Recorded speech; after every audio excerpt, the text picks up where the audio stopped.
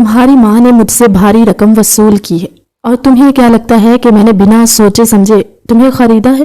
ملک اسفند یار ہوں میں، اس شہر کا سب سے بڑا بزنس مین۔ آج تک کبھی گھاٹے کا سودا نہیں کیا اور مجھے لڑکیوں کی کمی نہیں تھی۔ ایک سے بڑھ کر ایک خوبصورت لڑکی میری سیج سجانے کے لیے تیار تھی، مگر تمہاری ماں کو پیسوں کی ضرورت تھی، جس کے بدلے میں وہ تمہیں میرے پاس بیچ گئی۔ اور یہ نکاح بھی بس ایک فارمیلٹی ہے، کیونکہ اسفند یار کبھی حرام کام نہیں کرتا۔ سونیا جو بیچاری اجڑی سی حالت بسیدہ سے کپڑوں میں ملبوس تھی، اس بات سے انجان کہ آج وہ کام والی ماسی سے ملک اسفند کی بیوی بن جائے گی، ملک اسفند کے سامنے بولنے کی تو وہ جرت بھی نہیں کر سکتی تھی۔ بالکل سہمی ہوئی فرش پر سر جھکائے بیٹھی تھی۔ اسفند بولا، اپنا یہ بیکاریوں والا حلیہ بدلو، اس شاپنگ بیگ میں تمہارے کچھ جوڑے ہیں، 5 منٹ میں مجھے تم ایک دم پرفیکٹ حلیے میں ادھر بیڈ پر موجود چاہیے۔ سونیا نوکروں کی طرح حکم مانتی ایک جوڑا لے کر واش روم میں چلی گئی۔ پہلے نہائی اور پھر وہ سوٹ پہن کر خود کو شیشے میں دیکھ کر سوچنے لگی کہ کیا مجھے اپنی قسمت پر رشک کرنا چاہیے یا ماتم۔ اس کا دل ہر جذبے سے خالی تھا، ایک رپورٹ کی طرح وہ سب حکم مان رہی تھی، کیونکہ اب اس کا کوئی اور آسرا جو نہ تھا۔ اسفند یار نے گرجتی آواز میں پکارا، جلدی باہر آؤ، پوری رات تمہارے انتظار میں نہیں گزار سکتا۔ وہ جلدی سے گیلے بالوں کو پیچھے کرتی باہر آئی۔ نہا کر اس کا روپ نکھر گیا تھا، وہ جو بمشکل 15 سال کی تھی، اور اسفند یار یہ پہلے سے شادی شدہ 35 سال کا جوان مرد۔ سونیا بیڈ کے پاس آ کر کھڑی ہو گئی۔ جی صاحب جی۔ سونیا کے اس طرح بلانے پر وہ بولا، میرا نام اسفند یار ہے، تم میرا نام لے سکتی ہو۔ وہ حیرانگی سے بولی، مگر وہ اس کی بات کو ٹوکتا اسفند بولا، بیٹھو میرے پاس۔ دیکھو، تمہارا اور میرا رشتہ کوئی جذباتی طور پر نہیں جڑا۔ تمہاری ماں کو پیسے چاہیے تھے اور مجھے میرا وارث۔ میری بیوی کبھی ماں نہیں بن سکتی اور میں اپنی بیوی سے بہت محبت کرتا ہوں، اس لیے یہ نکاح چوری کیا۔ جب تم سے میرا وارث ہو جائے گا تو تم میری طرف سے پھر آزاد ہوگی۔ سونیا جو بیچاری 15 سال کی ابھی خود بچی تھی، ان باتوں کو سمجھنے سے قاصر بس خاموشی سے سر جھکائے سب سنتی رہی۔ اسے بس یہی دکھ تھا کہ اس کی سگی ماں نے اسے پیسوں کے بدلے اس امیر زادے کے پاس بیچ دیا۔ خیر، اب وہ امیر زادے کی دسترس میں تھی، جسے اس معصوم سے کوئی لگاؤ نہیں تھا، بس وارث چاہیے تھا تاکہ اس کی بیوی بانجھ ہونے کے تانے نہ سنے۔ ملک اسفند یار اس ننھے سے وجود کے ساتھ کھیلنے لگا تو سونیا خود میں ہی سمٹتی جا رہی تھی۔ جب وہ پوری طرح اس پر حاوی ہوا تو سونیا کی سسکیاں اونچی ہونے لگیں۔ وہ بے بسی سے اسے پیچھے کی طرف دھکیل رہی تھی، مگر اسفند یار ہوش و حواس سے بیگانہ اس کے وجود میں کھو سا گیا۔ غلام رسول جنہیں فالج کا اٹیک ہوا تو سکینہ شوہر کو لیے ہسپتال پہنچی تھی۔ بے چینی کی حالت میں ہسپتال کے بینچ پر بیٹھی شوہر اور بیٹی کے لیے دعا کر رہی تھی۔ سکینہ خود کو اس وقت انتہائی بے بس اور اس بھری دنیا میں اکیلا محسوس کرتے رو رہی تھی کہ اچانک اندر سے ایک نرس باہر آئی، جس نے کہا، آپ کے شوہر کی حالت کافی خراب ہے، مگر امید ہے کہ وہ ریکور کر جائیں گے، اس لیے آپ فیس جمع کروا دیں تاکہ ان کا علاج شروع ہو سکے۔ سکینہ نے جو رقم اسفند یار سے بیٹی کے بدلے لی، وہ ساری شوہر پر لگا رہی تھی کہ کسی طرح اس کے شوہر کا سایہ اس کے سر پر قائم رہے۔ روحی کی اتنی کالز، سب خیریت تو ہے؟ اسفند جو صبح کے 5 بجے موبائل دے کر حیران ہوا کہ روحی جو ملک اسفند کی محبت اور اس کی خاندانی بیوی تھی، یقیناً وہ رات کے وقت اسفند کی غیر موجودگی پر پریشان ہو رہی ہوگی۔ اسفند نے کال بیک کی تو روحی بنا رکے بولنے لگی، کہاں ہو اسفند؟ کس کے ساتھ ہو؟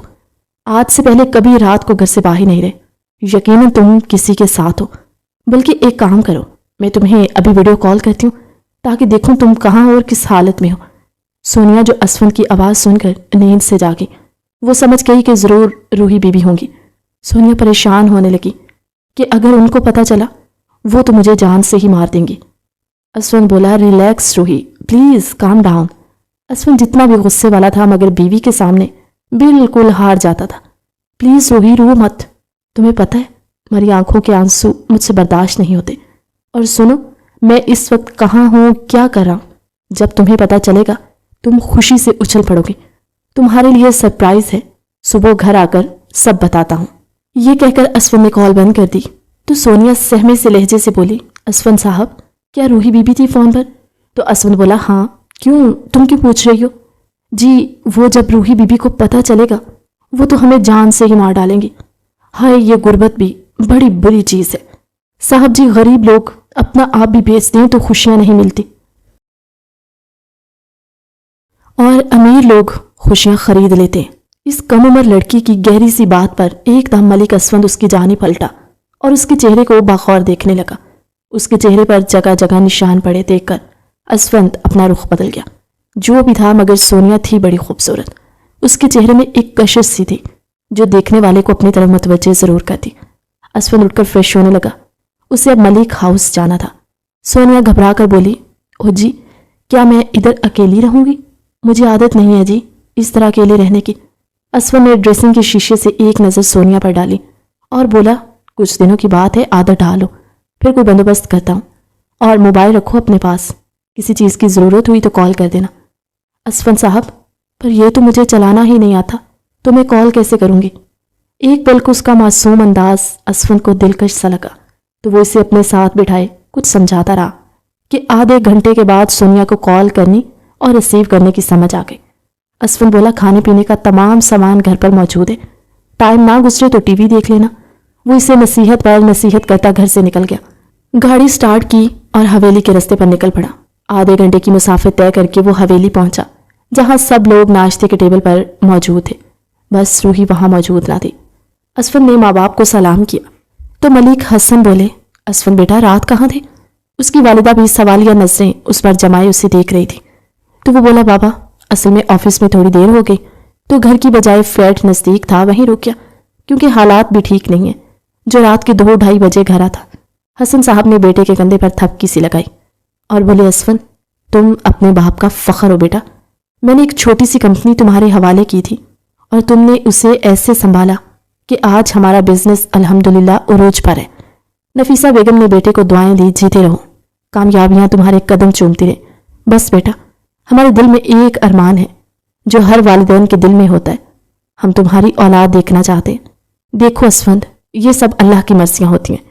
ہم نے بڑے چال آٹ سے تمہاری شادی روحی سے کی مگر اللہ شاید روحی کی قسمت میں ماں بننا نہیں لکھا جس میں اس کا بھی کوئی قصور نہیں ہے. مگر بیٹا تمہاری شادی کو 10 سال ہو گئے, اب تمہیں کوئی فیصلہ ضرور لینا پڑے گا. ہم نہیں چاہتے کہ ہمارا خاندان بس تم پر ختم ہو. اسفند بولا, جی میں کچھ سوچتا ہوں اس بارے میں, چلے میں روحی کو دیکھ لوں. اسفند کھانے کی میز سے اٹھا اور سیڑھیاں چڑھتا اوپر کمرے کی جانب گیا جہاں روحی ابھی سو رہی تھی. شاید ساری رات وہ جاگتے ہوئے اسفند کا انتظار کرتی رہی. اسفند روحی کے پاس بیٹھا اس کے بالوں کو سہلانے لگا اور دل ہی دل میں یہ سوچنے لگا کہ اگر قسمت نے ہمیں ایک کر دیا تھا تو کاش اس اولاد کی نعمت سے بھی نواز کر ہمیں مکمل کر دیتا, تو آج وہ یہ سب نہ کرتا. خیر روحی کی آنکھ کھلی تو اسفند کو قریب ہو کر وہ جھٹ سے اس کے ساتھ لپٹ گئی اور رونے لگی. کہنے لگی, اسفند جانتے ہو میرے دل میں کیا کیا وسوسے آ رہے تھے. مجھے ایسا لگا آپ مجھ سے بہت دور ہو رہے. اسفند نے اسے اپنی باہوں میں بینچا اور بولا, ایسا کبھی نہیں ہو سکتا کہ تمہارا اسفند کسی اور کا ہو جائے. اس بات پر روحی نم لہجے میں بولی, مگر اسفند اب وقت آ گیا ہے کہ آپ کو کسی اور کا ہونا پڑے گا اپنے خاندان کے لیے, اس نسل کو آگے بڑھانے کے لیے, اور میں اس بات کی آپ کو اجازت دیتی ہوں. اسفند سیدھا ہو کر بیٹھا اور بولا, میں نے ایک پلان بنایا جس کے تحت ہم گھر والوں کو یہ بتائیں گے کہ تم پریگننٹ ہو. روحی ایک دم سے چونکتے ہوئے اٹھ کر بیٹھی اور بولی, اسفند مگر یہ جھوٹ کب تک چھپے گا, اور پھر ایک نہ ایک دن بچہ کہاں سے لائیں گے. تو اسفند نے اسے بتایا کہ جو سکینہ ہمارے گھر کام کرتی تھی اور اب اس کی بیٹی سونیا آتی تھی. روحی بولی, ان باتوں کا کیوں ذکر کر رہے ہو؟ اسفند بولا, دیکھو پہلے میری بات مکمل سنو اطمینان سے. میں کسی کو تمہارے برابر نہیں لا سکتا, یہی وجہ ہے کہ میں نے یہ قدم اٹھایا. روحی بولی, پلیز اسفند ساری بات ایک ہی دفعہ کھل کر بتاؤ, میرا دل بیٹھا جا رہا ہے. اسفند بولا, سکینہ کا شوہر بیمار تھا, اسے اس کے علاج کے لیے پیسے چاہیے تھے. وہ میرے پاس آئی اور بولی, صاحب جی آپ میری بیٹی سے نکاح کر لو, یہ آپ کے خاندان کا وارث پیدا کرے گی. بے شک بعد میں میری بیٹی کو طلاق دے دینا, اور بدلے میں مجھے آپ سے پیسے چاہیے تاکہ میں اپنے شوہر کی زندگی کو بچا سکوں. پہلے تو میں فوراً بنا سوچے ہی سکینہ کو جواب دے چکا تھا, مگر پھر اس نے کہا کہ دیکھو صاحب جی, اس طرح آپ کا اور روحی بیوی کا رشتہ بھی بچ جائے گا اور آپ کا یہ راز بھی کوئی نہیں جان پائے گا. بچہ بھی آپ کے خاندان کا اور آپ کی نسل کا, آپ کا خون ہوگا. بچے کے بعد آپ سونیا کو طلاق دے دیجیے گا اور پھر آپ اپنی زندگی میں خوش اور ہم اپنی زندگی میں۔ سوچنے سمجھنے یا تم سے بات کرنے کا اس نے موقع ہی نہیں دیا اور میں نے تمہاری خاطر حامی بھر دی اور سونیا سے نکاح کر لیا۔ روحی، جسے اپنے جسم سے روح نکلتی محسوس ہوئی اور چہرے پر مسکراہٹ سجائے اسفند کو دیکھنے لگی، مگر آنسو جو روحی کی آنکھوں میں تھمنے کا نام ہی نہیں لے رہے تھے۔ اسفند نے روحی کو مزید قریب کیا، اس کا سر اپنی گود میں رکھ کر سہلانے لگا اور بولا، روحی، آزمائش ہے، یہ جو اللہ نے چاہا تو جلد ختم ہو جائے گی۔ روحی بولی، اسفند، مگر میں کیسے اس جھوٹ کو چھپاؤں گی؟ اسفند بولا، ابھی تم تھوڑی دیر ادھر رہو، پھر تمہیں فلیٹ میں اپنے ساتھ لے جاؤں گا اور ڈلیوری کے وقت ہی سب کو اطلاع کریں گے۔ اسفند نے اپنا سارا پلان روحی کو بتا دیا، مگر کون جانتا تھا کہ قسمت ان کے ساتھ کیا کرنے جا رہی ہے۔ رات کے کھانے پر وہ سب لوگ ڈائننگ ٹیبل پر موجود تھے۔ اسفند بولا، اماں سائیں، روحی کے علاج کے لیے مجھے ایک ڈاکٹر کا پتہ چلا ہے اور سب کا کہنا ہے کہ وہ بہت قابل ڈاکٹر ہے، بانجھ پن کا علاج کرتی ہے۔ آج تک کبھی کوئی مریض ایسا نہیں جسے اللہ نے اولاد نہ دی ہو۔ اگر آپ کی اجازت ہو تو کیا میں ایک بار وہاں سے علاج کروا کے دیکھ لوں؟ نفیسہ بیگم اور حسن شاہ کو پر امید کر دیا۔ وہ بولے، بیٹا، ہم بھی تو یہی چاہتے ہیں، اور آج تک جس بھی ڈاکٹر پیر فقیر کا پتہ چلا ہم نے اسی سے علاج کروایا۔ خیر چلو، اللہ اس بار کوئی امید دلا دے۔ اسفند بولا، اماں صاحب، روز میرے لیے مشکل ہوگا، اس لیے میں روحی کو اپنے ساتھ فلیٹ میں لے جاؤں گا۔ گھر آنا، آفس جانا اور پھر روحی کو ایک ہفتہ روز ڈاکٹر کے پاس لے کے جانا میرے لیے مشکل ہوگا، تو اس لیے اگر وہ ادھر پاس ہوگی تو میرے لیے مشکل نہیں ہوگی اور آپ سے تو میں ملنے آتا رہوں گا۔ روحی کا علاج تو اصل میں بہانہ تھا۔ خیر وہ رات بھر وہیں رکا، پھر کہیں نہ کہیں اسے سونیا کی بھی فکر ہو رہی تھی۔ نکاح کو ایک دن ہوا تھا اور وہ اسے اکیلا چھوڑ کر خود ادھر آ گیا۔ خیر وہ روحی کے ساتھ روم میں مووی دیکھ رہا تھا کہ سونیا کی کال آنے لگی۔ رات کی تقریباً 12 بجے کا وقت تھا۔ اسفند کا موبائل چارج پر تھا تو روحی موبائل لینے کے لیے اٹھی، دیکھا تو سونیا کا تھا۔ جو بھی تھا، لیکن ایک عورت کے لیے سوتن برداشت کرنا دنیا کا سب سے مشکل کام ہے۔ روحی نے ضبط کا مظاہرہ کرتے ہوئے اسفند یار سے کہا، اسفند، اس لڑکی کی کال آ رہی ہے۔ اسفند نے بنا دیکھے انجانے سے انداز میں کہا، کون لڑکی؟ وہ جو ایک پل کو سونیا کو بھولے بیٹھا تھا کہ اب اس کی زندگی میں کوئی اور بھی ہے جس کے ساتھ وہ ایک رات بھی گزار چکا ہے۔ روحی نے موبائل اسفند کے سامنے کیا تو وہ تھوڑا پریشان ہوا کہ اس وقت سونیا کی کال، سب خیریت تو ہے؟ کیونکہ جب سے اسفند آیا تھا نہ سونیا نے کال کی تھی اور نہ اسفند نے اس سے کوئی رابطہ کیا تھا۔ کال ریسیو کی تو اسفند بولا، بولو، کوئی کام ہے؟ سونیا جو گھبرائی ہوئی خاموش تھی، پہلی بار وہ اسفند سے کال پر بات کر رہی تھی۔ اسفند پھر بولا، ہیلو سونیا، میری آواز آ رہی ہے؟ وہ کال سنتا اٹھ کر کمرے سے باہر آ گیا۔ روحی کا دل کسی سوکھے پتے کی طرح لرز رہا تھا۔ اسے اپنے ادھورے پن پر ہر وقت شرمندگی سی ہوتی۔ وہ دل ہی دل میں سوچنے لگی کہ اگر وہ اسفند کو اولاد دیتی تو سب کچھ مکمل ہوتا، آج اسے یوں کانٹوں پر نہ چلنا پڑتا۔ بے شک اسفند کی نیت روحی کے بارے میں ٹھیک تھی، مگر اپنے شوہر کو دوسری عورت کے سپرد کرنا بھی آسان کام نہیں ہوتا۔ اسفند بولا، سونیا کچھ بولو گی یا میں کال بند کر دوں؟ تو اس سے سونیا کی سسکیاں سنائی دی۔ وہ پریشان سے لہجے میں بولا، سونیا کیا بات ہے، بتاؤ۔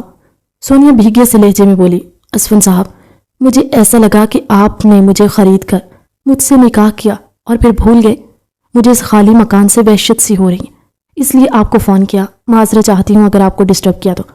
اسفند بولا، نہیں، اٹس اوکے، تم اب سو جاؤ، صبح میں اور روحی تمہارے پاس آئیں گے اور روحی کچھ دن ادھر ہی رہے گی۔ سونیا ایک دم چونک کر بولی، مگر روحی بیوی تو مجھے مار ہی ڈالیں گی۔ اسفند مسکرا کر بولا، روحی سب جانتی ہے اور میں نے تم سے کوئی محبت کی شادی نہیں کی جو روحی کو اعتراض ہوگا۔ ہمارا نکاح ایک کانٹریکٹ ہے، تم سے وارث پیدا ہوگا جسے روحی کی گود میں ڈال کر تمہیں چلتا کروں گا۔ اس سے زیادہ اپنے دل میں کوئی جذبات پیدا مت کرنا۔ اسفند نے روکھے سے لہجے سے بات کی اور کہا، اللہ حافظ، اب سو جاؤ۔ روحی جو ساری باتیں سن چکی تھی اور دل میں مطمئن سے بھی ہو گئی کہ اسفند صرف اس کا ہے، وہ تو اس کا ادھورا پن دنیا کی نظروں میں ختم کرنا چاہتا ہے۔ اسفند کال بند کر کے کمرے میں آیا تو روحی بے ساختہ اسفند کے ساتھ لگے اور روتے ہوئے کہنے لگی، اسفند، آپ نے مجھے کسی چیز کی کبھی کمی نہیں ہونے دی، مگر میں اتنی بدقسمت ہوں کہ آپ کو ان 10 سالوں میں اولاد کی خوشی نہ دے سکی۔ اسفند نے اپنے دونوں ہاتھوں میں روحی کا چہرہ لیتے ہوئے پیار سے اس کا ماتھا چوما اور بولا، اس سب میں تمہارا کیا قصور ہے روحی؟ خیر چھوڑو، انشاءاللہ اب بہت جلد تمہاری گود میں بچہ ہوگا۔ وہ روحی کی باہوں میں سکون کی نیند سو رہا تھا، جبکہ دوسری طرف وہ 15 سال کی سونیا جو ابھی بچپن سے پوری طرح جوان بھی نہ ہوئی کہ اسے یہ سب جھیلنا پڑا۔ نہ ماں سے کوئی رابطہ تھا اس کا۔ وہ بستر پر لیٹی یہ سوچنے لگی، یہ امیر لوگ خود کو سمجھتے کیا ہے؟ کیا میں انسان نہیں ہوں؟ میرا دل، میرے جذبات کچھ نہیں؟ سونیا کی آنکھوں سے آنسو بہتے ہوئے تکیے میں جذب ہو رہے تھے کہ جانے کب اس کی آنکھ لگ گئی۔ صبح بھی اس کی آنکھ جلدی کھل گئی اور وہ کافی دیر جاگتی رہی۔ فجر کی اذان کا انتظار کر رہی تھی۔ اذان ہوئی تو وہ نماز پڑھنے لگی، پھر دعا مانگتے ہوئے اپنے رب سے کہنے لگی، اے میرے اللہ، میں جانتی ہوں میری ماں مجبور تھی میرے باپ کی زندگی بچانے کے لیے، مجھے یہ قربانی دینی ہوگی۔ وہ ساتھ اپنے باپ کے لیے بھی دعائیں مانگ رہی تھی۔ صبح کو سورج طلوع ہوا تو روحی اپنا بیگ پیک کر رہی تھی، کیونکہ اس نے بھی اب سونیا کے ساتھ اسی فلیٹ میں رہنا تھا۔ اصل امتحان تو اب شروع ہونا تھا، ملک اسفندیار کا، سونیا کا اور سب سے بڑھ کر روحی کا۔ اسفندیار اور روحی ناشتے کے ٹیبل پر آئے، جہاں ان کے والد ملک حسن اور نفیسہ بیگم دونوں موجود تھے۔ ناشتہ ساتھ میں کیا۔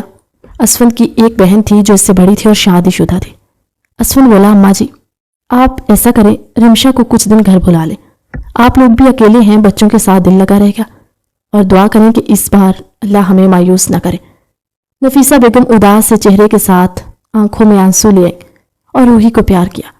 وہ بولی، اسفند تم میرے ایک بیٹے ہو جس سے ہماری نسل بڑھے گی، میری اور تمہارے بابا کی دعائیں ضرور رنگ لائیں گے، اللہ پاک تم دونوں کو مایوس نہ کرے، خیال سے رہنا اور گھر چکر لگاتے رہنا۔ روحی ساس سسر سے پیار لیتے ہوئے اسفند کے ساتھ باہر کے دروازے کی جانب بڑھی۔ وہ دونوں گاڑی میں بیٹھے جا رہے تھے۔ روحی سارے رستے خاموش اور سوچوں میں گم تھی۔ اسفند نے ایک دو بار بات بھی کی تو وہ بس ہوں ہاں میں جواب دے رہی تھی۔ ظاہر ہے کل تک کی ملازمہ آج اس کے برابر کے مرتبے پر تھی۔ وہ اس کا سامنا کیسے کرے گی اور کیسے اسے اسفند کے قریب برداشت کرے گی؟ کافی سفر طے کرنے کے بعد دونوں فلیٹ پر پہنچے۔ گاڑی کا ہارن سنا تو سونیا مین ڈور اوپن کرنے گئی اور دل میں ڈر بھی رہی تھی۔ بلو کلر کا سوٹ پہنے وہ بالکل سادہ چہرے میں بھی بہت پیاری اور نازک سی گڑیا لگ رہی تھی۔ اسفند کے پاس تو وہ اس کی بیٹی لگتی تھی۔ ڈور اوپن کیا تو روحی سامنے تھی۔ سونیا نے کہا، سلام بیبی جی، مگر وہ بنا جواب دیے ہی بولی، پیچھے ہٹو۔ سونیا نے ایک نظر باہر دوڑائی، شاید وہ اسفند کو دیکھ رہی تھی۔ اسفند ابھی باہر تھا، پارکنگ میں گاڑی لگا رہا تھا۔ سونیا روحی کے پاس آ کر بولی، بیبی جی اسفند صاحب نہیں آئے کیا؟ اس نے ڈرتے ڈرتے پوچھا تو روحی نے ایک نظر اس سونیا پر ڈالی جس کے وجود پر کافی مہنگا اور برانڈڈ جوڑا دیکھے حیران ہو گئی۔ وہ کہیں سے بھی وہ سونیا لگ ہی نہیں رہی تھی جو ان کی ملازمہ ہوتی تھی۔ اس سے پہلے کہ روحی کوئی جواب دیتی، ملک اسفند مین ڈور سے گھر میں انٹر ہوا تو سونیا نے چھپی سی نظر اس پر ڈالی، ہچکچاتے ہوئے بولی کہ آپ دونوں بیٹھے، میں چائے لاتی ہوں۔ جس پر روحی بولی، او ہیلو میڈم، ہم اس گھر میں کوئی مہمان نہیں ہے بلکہ یہ میرا گھر ہے، اور یوں تابع داری کا مظاہرہ کر کے تم اپنی جگہ بنانے کی کوشش مت کرنا۔ I hope you will understand. Sonia بولی، معافی چاہتی ہوں بیبی جی اگر برا لگا تو۔ اسفند جس نے روحی سے کہا، کم آن سویٹ ہارٹ، ریلیکس رہو، اور میں نہیں چاہتا کہ اس تھوڑے سے عرصے میں کسی بھی قسم کی کوئی ڈسٹربنس ہو، سو کوپریٹ تو کرنا ہوگا روحی تمہیں۔ سونیا جو پاس کھڑی اسفند یار کی جانب دیکھ رہی تھی اور یہ سوچ رہی تھی کہ کیا روحی بیبی کا مجھے ڈانٹنا اسفند کو برا لگا؟ اسفند نے ایک نظر سونیا پر ڈالی جو معصوم سی اسے ہی دیکھ رہی تھی۔ ابھی تک اس کی گردن پر وہ نشان موجود تھا جو اسفندیار نے اپنی شدتیں اتارتے ہوئے اس کی گردن پر ڈالا تھا۔ اس سے پہلے کہ روحی کی نظر پڑتی، اسفند نے اشارے سے سونیا کو گردن کی طرف اشارہ کیا اور کہا کہ یہ چھپاؤ، مگر وہ صدا کی بیوقوف جو سمجھ ہی نہ سکی۔ اسفند روحی سے کہنے لگا، جاؤ اپنا سامان کمرے میں سیٹ کرو، اور پلیز روحی ریلیکس رہنا، یہ سب میرے لیے بھی مشکل ہے مگر ہمارے فیوچر کو سیو کرنے کے لیے یہ ضروری ہے، ورنہ اماں جی دوسری بہو لانے کا کہہ رہی ہیں، میرے ساتھ تو تمہیں دینا پڑے گا۔ روحی اپنے کمرے میں گئی تو اسفند نے سونیا سے کہا، ایک کپ کافی میرے لیے لے کر کمرے میں جاؤ، میں آتا ہوں۔ سونیا کافی بنا کر کمرے میں گئی جہاں اسفند یار اس کا انتظار کر رہا تھا۔ روحی جو دوسرے کمرے میں اپنے کپڑے وغیرہ نکال کر الماری میں رکھ رہی تھی، وہ ڈرتی ڈرتی کافی اسفند کو پکڑا کر کمرے سے جانے لگی کہ روحی بیبی نہ دیکھ لے۔ اسفند سونیا کے سامنے کھڑا ہو کر بولا، ملک اسفند یار ہوں میں، میرے فیصلے کو سب کو ماننا پڑتا ہے، اور تم جس مقصد کے لیے میری زندگی میں ہو، اس مقصد کو حاصل کرنے کے لیے تمہارے قریب تو آنا ہی پڑے گا۔ سونیا جس کے گالوں کی لالی چھلکنے لگی وہ نظریں جھکائے کھڑی تھی کہ اسفند ایک جھٹکے میں اسے اپنی گود میں اٹھایا۔ اسفند کے سامنے سونیا کا جسم ایک گڑیا جیسا تھا جس کا وزن اس سے محسوس ہی نہیں ہوا۔ وہ اسے بیڈ پر لٹاتا اس پر جھکا تو وہ بولی، آپ کی کافی ٹھنڈی ہو رہی ہے، اسفن بولا ابھی کچھ کرنے کا وقت نہیں ہے، اس لیے رات کو بہت اچھے سے تیار ہونا میرے لیے۔ یہ کہہ کر وہ اس کے لبوں کو چھوتا ہوا اس کے اوپر سے اٹھا، اپنی مونچھوں کو سیٹ کر رہا تھا کہ سونیا بولی آپ مجھے اس وقت اشارے سے کیا کہہ رہے تھے؟ تو اسفن نے اسے پیچھے سے پکڑا اور لے جا کے ڈریسنگ ٹیبل کے سامنے کھڑا کر دیا اور بولا یہ دیکھو تمہاری گردن کا نشان۔